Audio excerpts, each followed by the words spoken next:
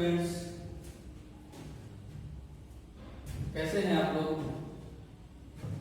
Welcome to Actuate Academy biology YouTube channel.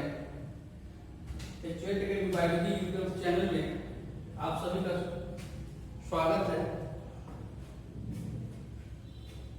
जैसा कि lockdown का बहुत बड़ा पीरियड रहा है, इसकी वजह से हम लोग क्लास वगैरह स्टार्ट नहीं कर पाए थे, लेकिन अब हम लोग स्टार्ट कर लेते हैं। हम लोग को क्लास 12 स्टार्ट करना है, क्लास 12 बायोलॉजी। अगर हम लोग बात करें तो क्लास 12 बायोलॉजी में 5 यूनिट्स पढ़ने हैं, 5 यूनिट पढ़ना है। इसमें जो सबसे पहला यूनिट है वो रिप्रोडक्शन, फर्स्ट यूनिट रिप्रोडक्शन है। जो दूसरा यूनिट है हम लोग का वो है जेनेटिक्स एंड इवोल्यूशन। दूसरा यूनिट जेनेटिक्स एंड इवोल्यूशन है। तीसरा यूनिट हम लोग को जो पढ़ना है वो है बायोलॉजी इन ह्यूमन वेलफेयर।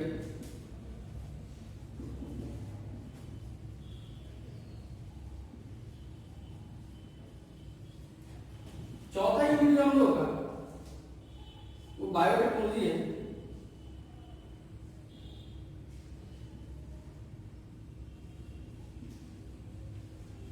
और जो सबसे लास्ट यूनिट है वो इकोलॉजी।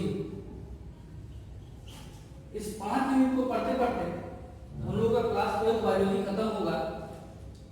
अब ये जो 5 यूनिट है, either board point of view से देखे या कॉम्पिटिटिव पॉइंट ऑफ व्यू से देखे, हमारे लिए 5 चैप्टर इंपोर्टेंट है। अब इसमें से हम आपको आगे डिस्कस करके बताएंगे कि कौन कौन सा चैप्टर है जो हमारे लिए बहुत ज्यादा इंपोर्टेंट है। तो जैसा कि बोर्ड लेवल पे देखा जाता है, तो बोर्ड लेवल में जनरली एनसीईआरटी वगैरह अगर आप करते हैं तो एनसीईआरटी से काम चल जाता है हम लोगों का। अगर हम कॉम्पिटिटिव पॉइंट ऑफ व्यू से देखें तो आता तो क्वेश्चन एनसीईआरटी से ही, बट वहां क्वेश्चन का पैटर्न चेंज हो जाता है। अब वहां पर क्वेश्चन आपसे एकदम डायरेक्ट नहीं पूछेगा, आएगा एनसीईआरटी से, क्योंकि एनसीईआरटी हम आपको बहुत पहले ही बता चुके हैं कि बायोलॉजी का माय बाप एनसीईआरटी माय बाप, यानी बायोलॉजी के लिए एनसीईआरटी पढ़ना आपको अत्यंत जरूरी है। बाकी साथ में आप कोई अदर बुक्स वगैरह भी यूज कर सकते हैं, जैसा कि हम आपको बता ही चुके पहले भी। तो क्वेश्चन सॉल्व करने के लिए आप यूज कर सकते हैं, लेकिन टेक्स्ट बुक का नॉलेज बहुत ज्यादा इंपॉर्टेंट है। तो हम लोग शुरू करेंगे। तो सबसे पहला चैप्टर हम लोग का रिप्रोडक्शन। सबसे पहला चैप्टर जो हम लोग का है रिप्रोडक्शन, वहीं से हम लोग शुरू करेंगे।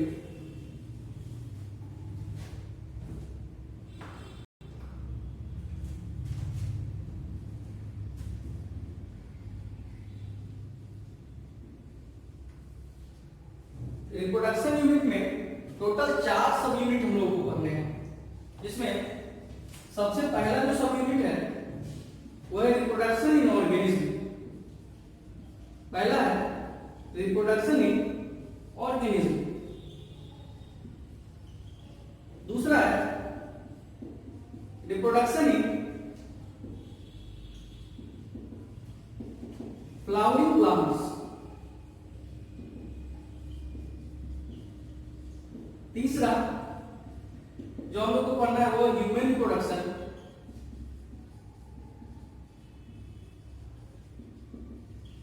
और चौथा जो सब टॉपिक है हमारा वो है रिप्रोडक्टिव हेल्थ।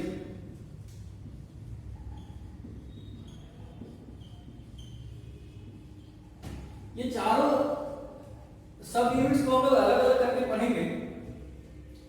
तो इस चारों सब यूनिट में जो सबसे पहला सब यूनिट है इसको हम लोग स्टार्ट करते हैं, रिप्रोडक्शन इन ऑर्गेनिज्म। काफी इंटरेस्टिंग चैप्टर है ये रिप्रोडक्शन। हम लोग पहला चैप्टर स्टार्ट करेंगे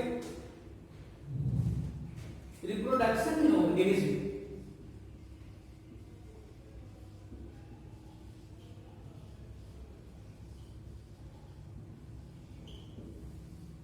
जैसा कि आप लोग पहले भी जानते हैं कि जो रिप्रोडक्शन होता है वो हमेशा लिविंग बींग्स में होता है। अब लिविंग बींग्स यूनिसेलुलर भी हो सकता है, मल्टी सेलुलर भी हो सकता है। तो हम लोग ऑर्गेनिज्म में इसमें सबके बारे में ब्रीफली पढ़ेंगे कि रिप्रोडक्शन इन ऑर्गेनिज्म में कि किस ऑर्गेनिज्म में किस तरह से रिप्रोडक्शन होता है, कितने सारे मोड्स है रिप्रोडक्शन के, इन सब चीजों के बारे में डिस्कशन करेंगे। इन सब चीजों से पहले हम लोगों को एक चीज जानना जरूरी है जो सबसे इंपोर्टेंट है, जिसका नाम है life span. What is life span? Life क्या है? कभी भी लाइफ के बारे में जब आपसे अगर कोई पूछ दे तो आपको यही बताना है कि जब सारे चीज ऑर्गेनाइज होते हैं, जैसा कि आप पहले पढ़े हैं कि सेल जो है, सेल्स जो है ये ऑर्गेनाइज करके क्या बनाता है? तो टिश्यू बनाता है। टिश्यू जो है ये ऑर्गेनाइज एक साथ करते हैं तो क्या बनाते हैं? ऑर्गेन बनाते हैं। ऑर्गेन से क्या बनता है? Organ system. और यही ऑर्गेन सिस्टम फिर बाद में सब ऑर्गेन सिस्टम एक साथ ऑर्गेनाइज करके तब बनाता है बॉडी। ये आप पहले भी पढ़ चुके हैं, जिसको मैंने भी पढ़ाया पहले भी, आप पहले से भी सुनते आए होंगे। तो मतलब लाइफ का मतलब ही है कि जब चीज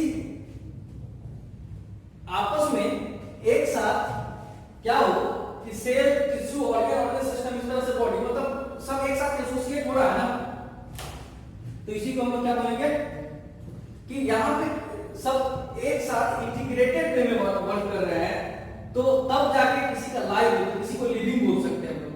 तो अब आगे बात लाइफ स्पान की। What is life span? तो कोई भी ऑर्गेनिज्म, किसी भी ऑर्गेनिज्म का उसके जन्म से लेके from birth to their natural death, हम लोग किसी का भी लाइफ स्पान निकालते हैं तो वो एक एवरेज लाइफ स्पान निकाल सकते हैं, ठीक है। अब कभी कभी कोई ऑर्गेनिज्म ऐसा होता है कि कोई ऑर्गेनिज्म अचानक से डेथ कर गया, मान लीजिए किसी दूसरे वजह से डेथ कर गया, डिजीज की वजह से डेथ कर गया, तो वो उसका लाइफ स्पान हम नहीं बोल सकते हैं। लाइफ स्पान हमेशा एक एवरेज वैल्यू होता है, मतलब from birth to natural death, यानी इसको हम लोग बोल सकते हैं कि period from birth to natural death, इसी क्या बोलेंगे हम लोग? Life span. बर्थ से लेके और नेचुरल डेथ तक का पीरियड जो होता है इसी को हम लोग बोलते हैं लाइफ स्पान। अब अलग अलग ऑर्गेनिज्म का क्या देखिए कि सबका लाइफ स्पान अलग अलग होता है। जैसे फॉर एग्जांपल अगर हम लोग बात करें तो आप सुने होंगे कि पैरोट है, पैरोट का लाइफ स्पान कितना है? 150 ईयर। बनियान ट्री है तो इसका लाइफ स्पान कितना होता है? 200 से 300 साल, 200 to 300 इयर्स। फिर अगर हम बात करें ह्यूमन बींग्स का, तो ह्यूमन बींग्स का एवरेज लाइफ स्पान 62 इयर्स। कितना साल है? 62 इयर्स। एक्सेट्रा एक्सेट्रा करके उसी तरह जैसे क्रो का लाइफ स्पान अगर हम लोग देख ले तो 15 इयर्स। अब आपके मन में एक क्वेश्चन आ सकता है, क्या सर लाइफ स्पान का उसके बॉडी के शेप साइज से भी कुछ लेना देना है क्या? जैसे सिंपल सा बात है, फ्लाई, तो फ्लाई का लाइफ स्पान 1 डे यानी 24 आवर्स के आसपास होता है, ठीक है। तो क्या इस लाइफ स्पान का इसके बॉडी के शेप साइज से कुछ लेना देना है क्या सर? तो बॉडी के शेप साइज से तो कुछ लेना देना नहीं है। जैसे मान ली कि ये आपका पैरोट है, ठीक है, पैरोट और क्रो, पैरोट और क्रो के का अगर साइज की बात करें तो साइज में बहुत ज्यादा डिफरेंस नहीं है, लेकिन लाइफ स्पान में सीधा देख लीजिए कितना गुना अंतर है। कहां 150 साल का 15 साल, मतलब अगर इसमें हम 10 गुना करेंगे तब जाके ये 1500 150 साल होगा, यानी बॉडी का शेप साइज में बहुत ज्यादा डिफरेंस नहीं है। बट क्या लाइफ स्पान सबका क्या हो सकता है? अलग अलग हो सकता है। तो हम लोग हमेशा किसी भी ऑर्गेनिज्म का जो लाइफ स्पान निकालते हैं वो एक एवरेज लाइफ स्पान निकालते हैं। क्लियर? कोई डाउट है? ये तो बात हुई लाइफ स्पान की। अब लाइफ स्पान के बाद हम लोग सबसे पहले जान लेते हैं कि रिप्रोडक्शन क्या है। What is reproduction? रिप्रोडक्शन को डिफाइन कैसे करेंगे? तो क्या बोलेंगे? It is a process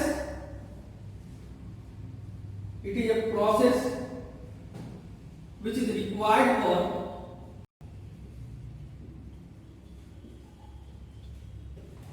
continuity of life.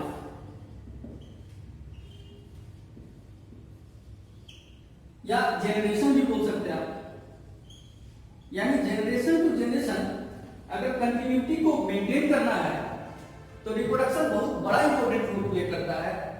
अब ये रिप्रोडक्शन एसेक्सुअल हो कि सेक्सुअल, इससे कोई मतलब नहीं है, लेकिन रिप्रोडक्शन होना जरूरी है।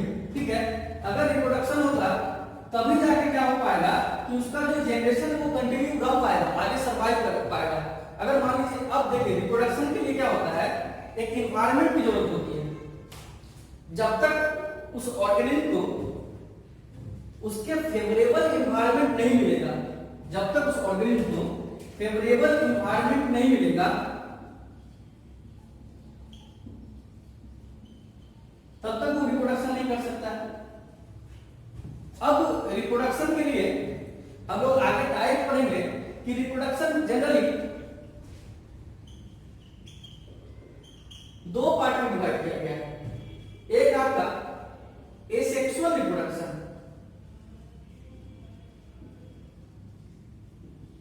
और दूसरा है सेक्सुअल रिप्रोडक्शन।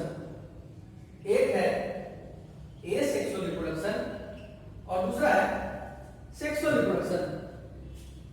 एक ऐसा रिप्रोडक्शन का टाइप जिसमें गैमेट का फॉर्मेशन नहीं होता हो, यानी जो पेरेंट बॉडी है या कोई पेरेंट ऑर्गेनिज्म है उससे बिना गैमेट के फॉर्मेशन के अगर कोई नया ऑर्गेनिज्म बन जाता हो तो उसी को क्या बोलेंगे हम लोग?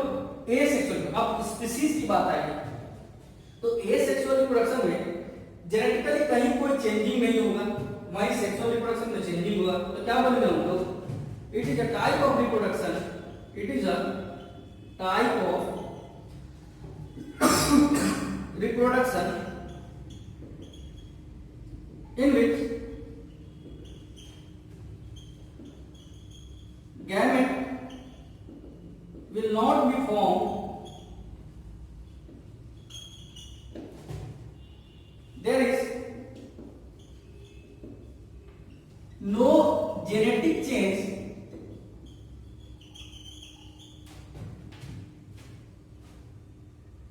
between parents and their offspring।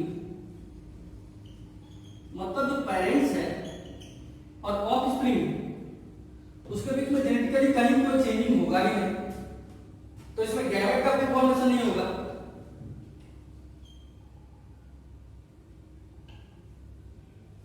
इसमें गैमेट का भी फॉर्मेशन नहीं होगा। उसी तरह अगर हम लोग एसेक्सुअल रिप्रोडक्शन की बात करें, सॉरी सेक्सुअल रिप्रोडक्शन की बात करें तो उसमें क्या होगा? Both male and female gamete will be formed। दूसरा, genetics changes can be seen, genetic changes देखा जा सकता है। अब involves, इसमें क्या होगा? involves single parent. इसमें क्या होगा? Both male and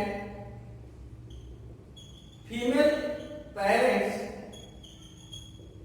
will be involve in sexual method of reproduction. Sexual method of reproduction में जब आप देखेंगे तो दोनों मेल और फीमेल दोनों पेरेंट्स इन्वॉल्व होंगे, जबकि एसेक्सुअल रिप्रोडक्शन में ऐसा कुछ नहीं होगा। अब हम शुरू करते हैं एसेक्सुअल रिप्रोडक्शन के बारे में। एसेक्सुअल रिप्रोडक्शन मतलब एक ऐसा टाइप ऑफ रिप्रोडक्शन जिसमें गैमेट का फॉर्मेशन नहीं होता है। मतलब कहने का मतलब है कि it is a method of reproduction, एक ऐसा मेथड ऑफ रिप्रोडक्शन है जिसमें जेनेटिकली आइडेंटिकल ऑर्गेनिज्म का फॉर्मेशन होता है।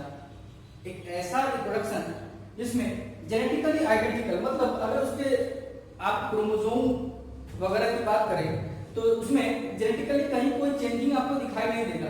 उसका रीजन ये है कि जो ऑफस्प्रिंग का प्रोडक्शन हो रहा है वो केवल एक सिंगल पेरेंट से हो रहा है। ऑफस्प्रिंग का प्रोडक्शन मतलब production of offspring from single parents, ठीक है।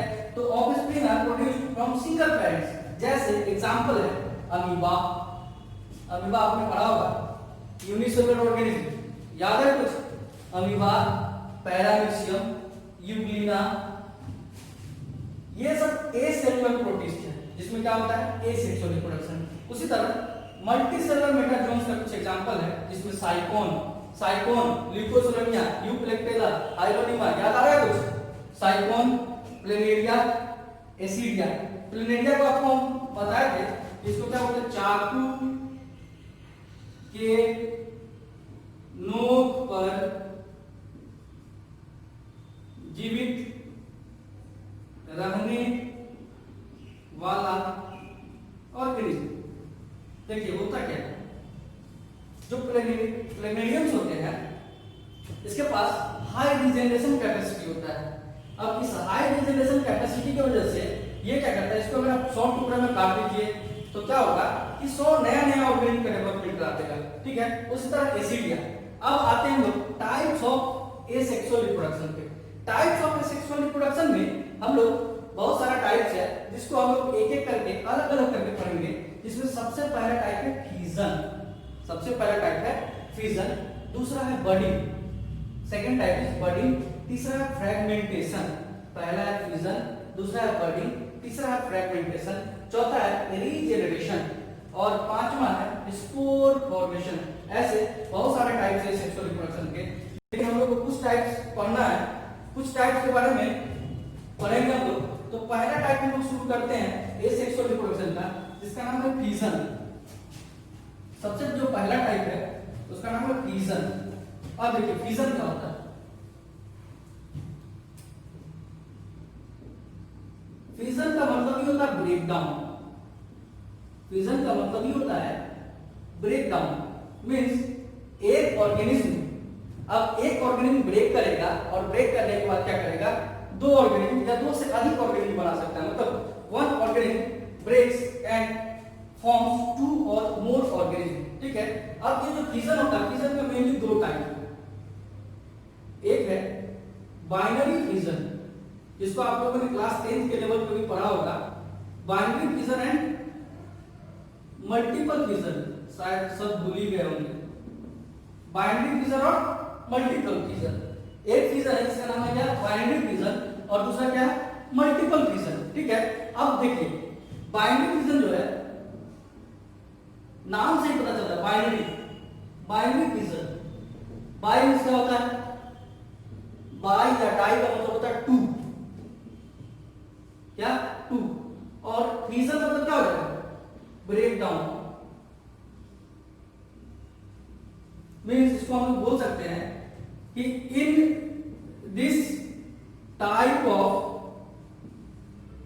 asexual reproduction, in this type of asexual reproduction, organism breaks and forms two similar type of organism, two similar type of organism। Simple सी बात है, जो नाम है उसी से इसका डेफिनेशन है। बाय मींस टू, फ्यूजन मतलब क्या हो जाएगा, ब्रेक डाउन। मतलब एक ऐसा टाइप ऑफ सेक्सुअल रिप्रोडक्शन जिसमें ऑर्गेनिज्म ब्रेक कर जाएगा और ब्रेक करके दो सिमिलर टाइप ऑफ ऑर्गेनिज्म बनाएंगे, एकदम एक जैसा। अब बनाएंगे कैसे, तो बाइंडिंग फ्यूजन का जो एग्जांपल होता है वो एग्जांपल है अमीबा। सबसे कॉमन एग्जांपल क्या है, अमीबा। अब आपको अमीबा याद होगा, ठीक है।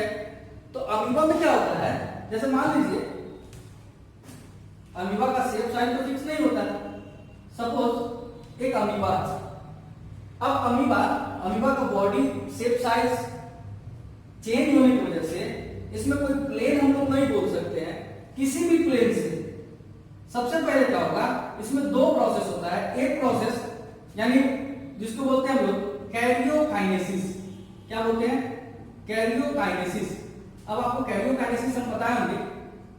कैरियोन, ये दो वर्ड से आया है। एक है कैरियोन जिसका मतलब होता है न्यूक्लियस, इसका मतलब होता है न्यूक्लियस, और काइनेसिस मतलब क्या होता है? Break down. यानी सबसे पहले क्या होगा कि न्यूक्लियर डिवीजन होगा। क्या होगा?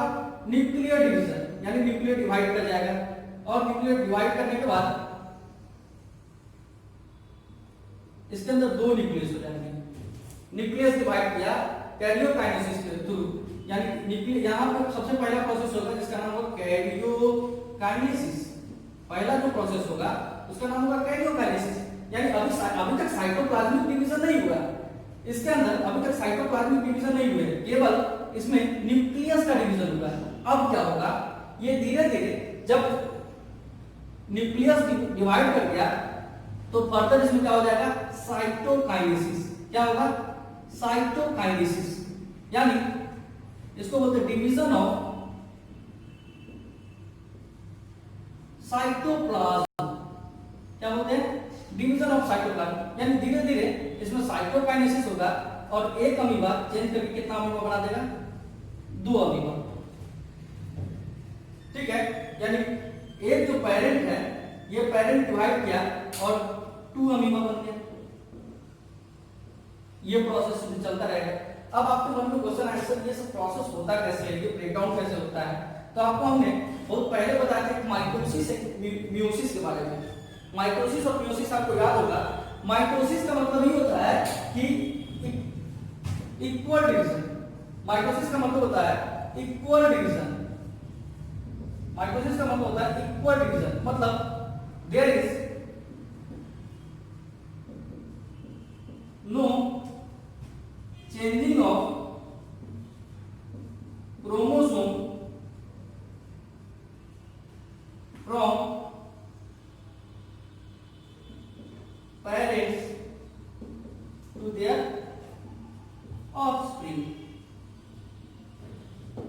तो ये हो गई अमीबा वाली बात। तो बाइंडिंग डिवीजन में दो टाइप है।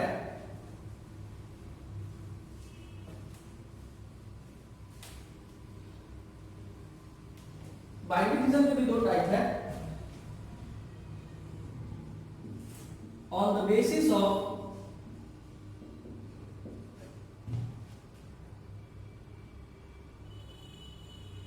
Plane of division. पहला क्या है? Simple binary fission. पहला है सिंपल बाइनरी फिजन और दूसरा है ट्रांसवर्स बाइनरी फिजन। पहला आपका है, जो पहला है ये सिंपल बाइनरी फिजन और दूसरा आपका क्या है? Transverse binary fission. सिंपल सा बात है, सिंपल बाइनरी फिजन। इसका एग्जांपल होता है अमीबा। क्या एग्जांपल होता है? अमीबा। ठीक है, इसका एग्जांपल आप याद रख लीजिएगा, paramecium. Simple binary fission definition इसका देख लेते हैं। क्या होता है सिंपल बाइनरी फिजन?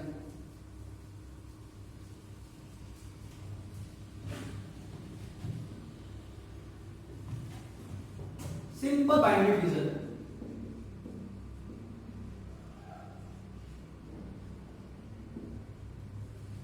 इसमें क्या होगा कि organism divides from any plane of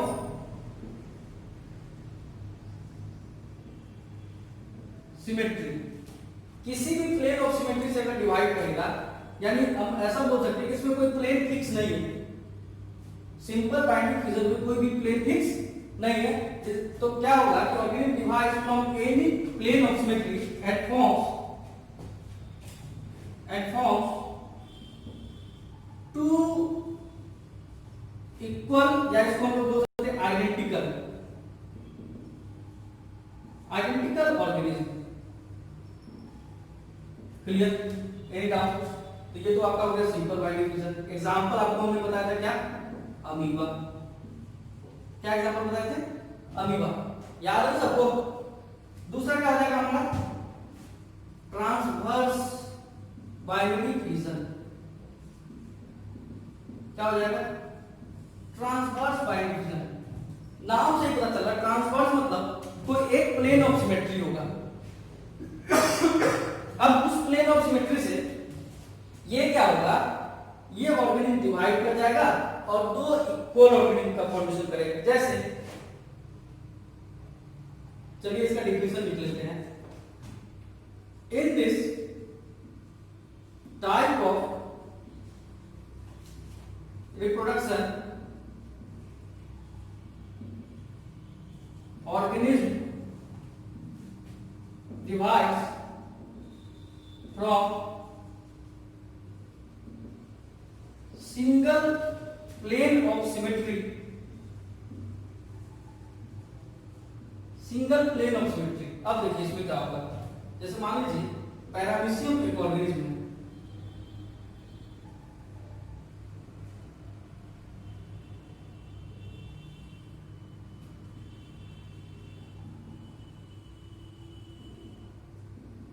ये क्या करेगा, यहां से डिवाइड करेगा। अब डिवीजन क्या, डायरेक्टली डिवीजन हो जाएगा।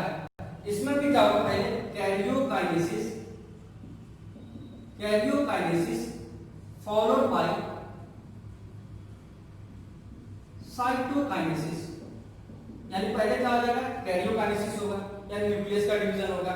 न्यूक्लियस के डिवीजन के बाद इसमें क्या होगा, साइटोकाइनेसिस, और इस प्लेन से डिवाइड करके ये दो ऑर्गेनिज्म डेवलप होकर क्या करेंगे, नए ऑर्गेनिज्म का फॉर्मेशन कर देंगे।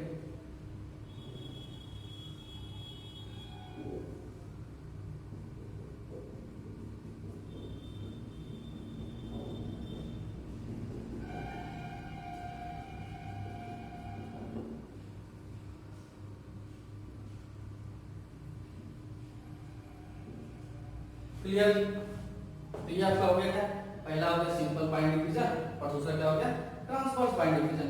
सिंपल बाइंड डिवीजन में ऑर्गेनिज्म डिवाइड हो रहा था किसी भी प्लेन ऑफ सिमेट्री से और दो इक्वली आइडेंटिकल ऑर्गेनिज्म बना रहा था। इसमें भी क्या होगा कि इसमें ऑर्गेनिज्म क्या करेगा कि डिवाइड करेगा एक सिंगल प्लेन ऑफ सिमेट्री से और दो इक्वल ऑर्गेनिज्म बनाएगा। इसका एग्जांपल क्या हो जाएगा, एग्जांपल जरूर याद रखिएगा। इसका एग्जांपल हो जाएगा आपका पैरामीशियम। क्या एग्जांपल हो जाएगा, पैरामीशियम। क्लियर?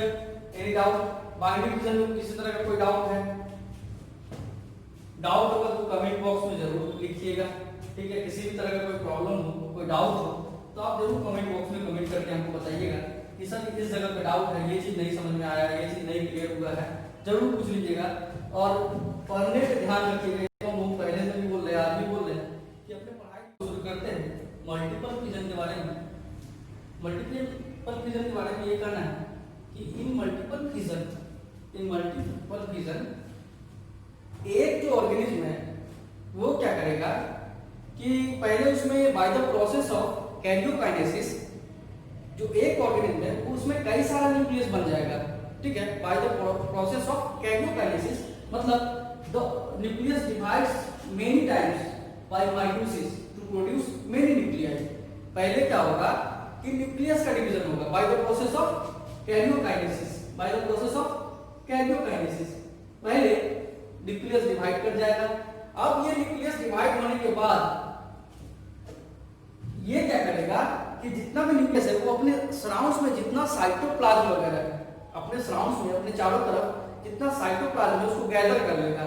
और गैदर करने के बाद वो क्या करेगा कि वो स्प्लिट कर जाएगा, जो पेरेंट इंडिविजुअल है वो स्प्लिट कर जाएगा और मेनी डॉटर ऑर्गेनिज्म का फॉर्मेशन कर देगा। मतलब मल्टीपल फिजन का मतलब है कि in multiple fission the nucleus divides many times by the process of mitosis to produce many nuclei without involving any cytokinesis. मतलब शुरुआती स्टेज में साइटोकाइनेसिस का प्रोसेस नहीं होगा।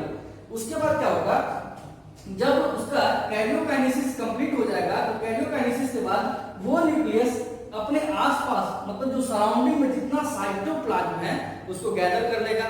तो इसी प्रोसेस में जो गैदर करने का प्रोसेस है, गैदर करना मतलब कलेक्ट कर लेना, ये जो कलेक्ट करने का प्रोसेस है दैट इज कॉल्ड साइटोकाइनेसिस। अब साइटोकाइनेसिस के बाद ये जो पेरेंट इंडिविजुअल है ये स्प्लिट कर जाएगा और कई सारे डॉटर प्रोटीन का फॉर्मेशन कर देंगे।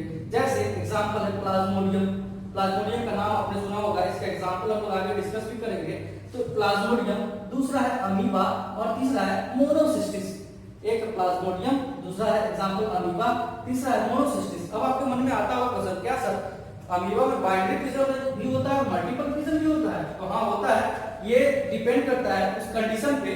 तो इसका मतलब ये जो अमीबा आपका, अमीबा में दो प्रोसेस होता है। देखिए क्या होता है, अमीबा में जब अनफेवरेबल कंडीशन होता है तो इन अनफेवरेबल कंडीशन, मतलब अनफेवरेबल कंडीशन का मतलब है कि उसका जो एनवायरमेंटल कंडीशन, उसको लगेगा क्या कि अब हमारा डेथ होने वाला है, उसको इस टाइप का जब फीलिंग आएगा तो क्या होगा कि अमीबा में 3 लेयर का, 3 लेयर का उसके बॉडी, जैसे मान लीजिए कि कोई अमीबा है तो इसके बॉडी के बाहर 3 लेयर का, 3 लेयर अमीबा के बाहर 3 लेयर का एक कवरिंग बन जाएगा।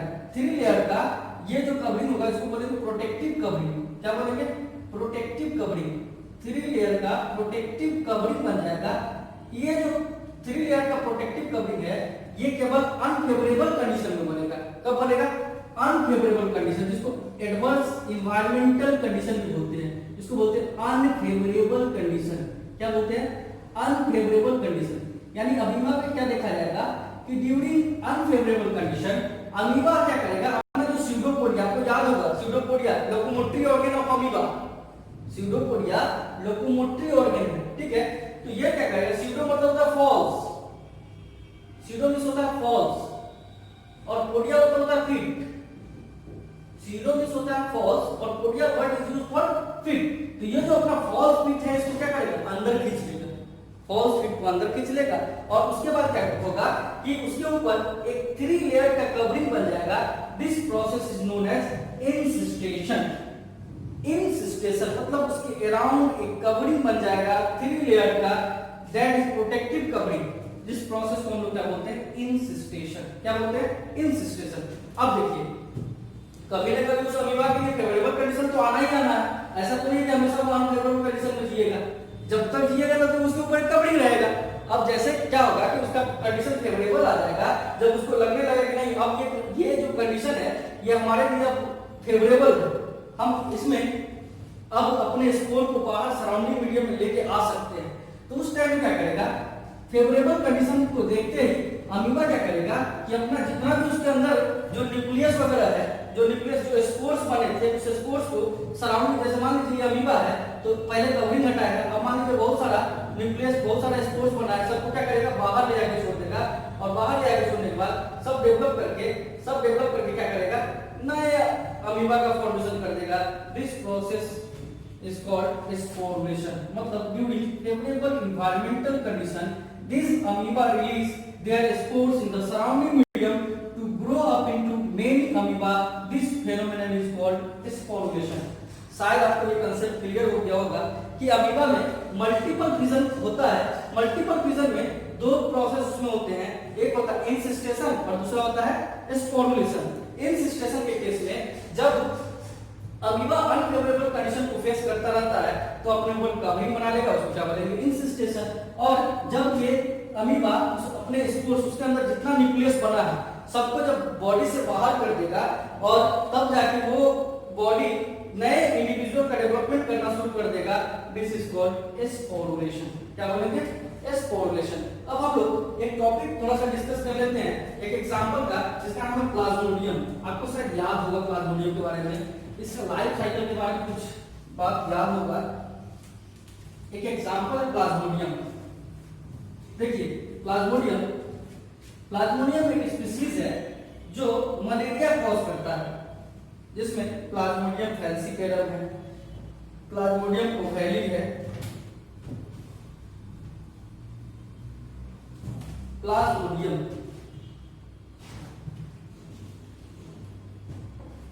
देखिए प्लाज्मोडियम स्पीशीज क्या करता है,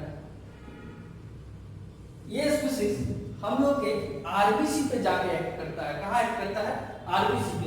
प्लाज्मोडियम ये कॉज क्या करता है, कॉज मलेरिया, यानी प्लाज्मोडियम क्या करेगा, कि जैसे मान लीजिए हमारा कोई आरबीसी का सेल है, अब हम उस तरह से बना नहीं रहे हैं, मान लीजिए कि आरबीसी का सेल है, आरबीसी के अंदर प्लाज्मोडियम इंटर कर गया, तो जब ये आरबीसी के अंदर इंटर करता है तो सबसे पहले इसके अंदर जैसे मान लीजिए प्लाज्मोडियम स्पीशीज है, तो सबसे पहले क्या करेगा, ये न्यूक्लियर डिवीजन करेगा, न्यूक्लियर डिवीजन करेगा, ठीक है। न्यूक्लियर डिवीजन के थ्रू ये प्लाज्मोडियम में कई सारा न्यूक्लियस बन जाएगा, मेनी न्यूक्लियाई बन जाएंगे। अब ये कई सारे न्यूक्लियस बनने के बाद ये हमारे आरबीसी के सेल को रप्चर कर देगा, आरबीसी सेल को रप्चर करके और ये आरबीसी सेल से बाहर निकल जाएगा और यहां से ये वही साइटोकाइनेसिस, कैरियोकाइनेसिस, साइटोकाइनेसिस फॉलो करके और ये कई सारे प्लाज्मोडियम स्पीशीज का फॉर्मेशन कर देंगे और यही प्लाज्मोडियम धीरे धीरे हमारे बॉडी के लगभग सारे आरबीसी पे अटैक करना शुरू कर देता है।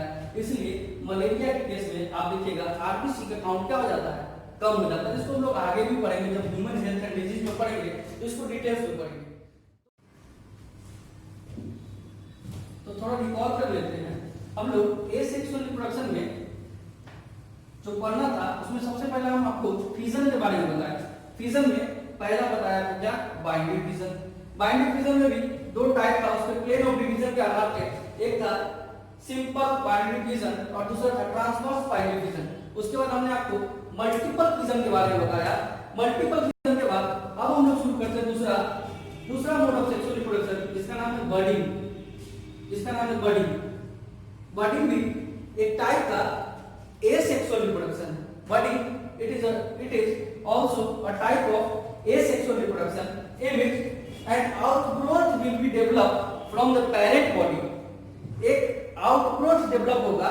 अब बडिंग दो तरह का हो सकता है, एक बडिंग बॉडी के बाहर अगर आउटग्रोथ का डेवलपमेंट हो तो उसको बोलते हैं एक्सोजीनियस बडिंग। क्या बोलते हैं, एक्सोजीनियस बडिंग। और यही बडिंग अगर किसी कवरिंग के अंदर हो, किसी एक कवर बाहर कवर होगा और उसके अंदर में होगा तो उसको हम लोग क्या बोलेंगे, इंटरनल बडिंग। तो बडिंग हमको दो तरह का पढ़ना है, तो बडिंग को अगर डिफाइन करेंगे तो इसको क्या बोलेंगे, it is a type of asexual reproduction. It is a type of asexual reproduction during which an outgrowth will be developed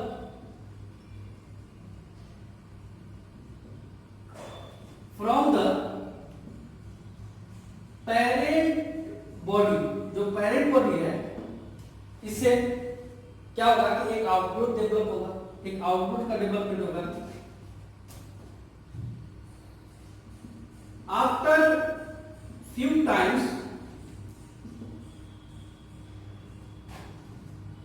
this outgrowth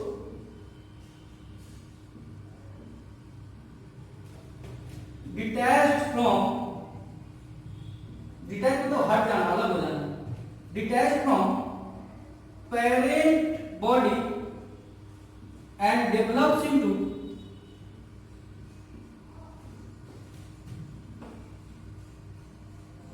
new individual। यानी इसको अगर डिफाइन करें तो एक टाइप का सेक्सुअल रिप्रोडक्शन है जिसके दौरान एक पेरेंट बॉडी से एक आउटग्रोथ का डेवलपमेंट होता है। कुछ समय के बाद ये जो आउटग्रोथ है ये जो है ये पेरेंट बॉडी से क्या हो जाता है, डिटैच हो जाता है और डेवलप करके एक नए इंडिविजुअल का फॉर्मेशन कर देता है। इसी प्रोसेस को क्या बोलेंगे हम लोग, बॉडी। बॉडी में आप देख रहे हैं कहीं कोई फिजन मतलब टूट नहीं रहा है, केवल बॉडी से, जैसे मान लीजिए बॉडी से एक आउटग्रोथ डेवलप हो रहा है और यही आउटग्रोथ क्या देखिएगा कि यही आउटग्रोथ सपोज ये कोई एनिमल है, ठीक है। अब इसमें आप क्या देखिएगा कि यहां से एक आउटग्रोथ धीरे धीरे डेवलप हो रहा है। ये कुछ समय डेवलप होता रहेगा, डेवलप होते होते ये थोड़ा बड़ा होने लग जाएगा तो ये क्या हो जाएगा, डिटैच हो जाएगा from parent body, parent body से अलग हो जाएगा,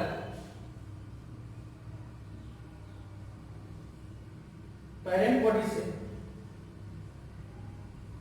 अलग हो जाएगा और तब क्या करेगा, ये नए इंडिविजुअल का फॉर्मेशन करेगा। इसी को हम लोग क्या बोलते हैं, बॉडी। क्या बोलते हैं, body. Clear, any doubt body में? अब देखिए बॉडी बोले तो बॉडी दो टाइप्स होते हैं। बॉडी कितने टाइप का होता है आपको, 2 टाइप्स ऑफ बॉडी।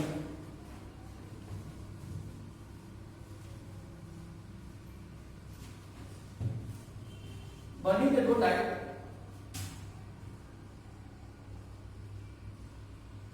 पहला है टाइप्स ऑफ बॉडी, पहला है एक्सोजीनियस बॉडी। क्या नाम है, एक्सोजीनियस बॉडी।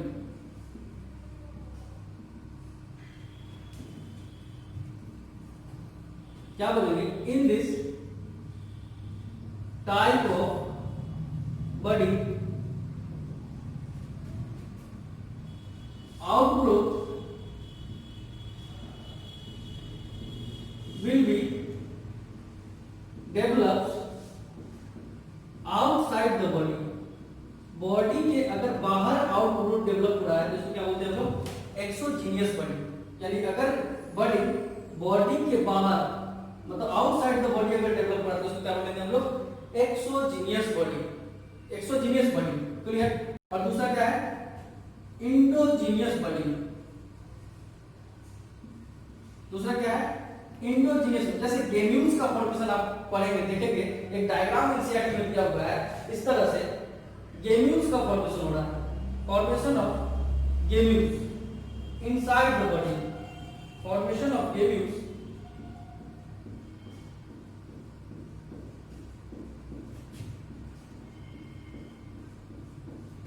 इसके ऊपर जब आप देखिएगा तो कवरिंग, इस तरह से एक कवरिंग है, इसके बॉडी के बाद एक कवरिंग है। अब क्या होगा कि यहाँ पे इंडोजीनियस में मतलब जो बर्ड्स है, जो आउटग्रोथ है, वो कहाँ डेवलप हो रहा है, इनसाइड द बॉडी, जिसको बोलते हैं फॉर्मेशन ऑफ गेम्यूल्स, या इसको ये भी बोल सकते हैं गेम्यूल फॉर्मेशन। ठीक है। तो क्या देखिएगा कि if bird develops inside the wall, then this type of budding is called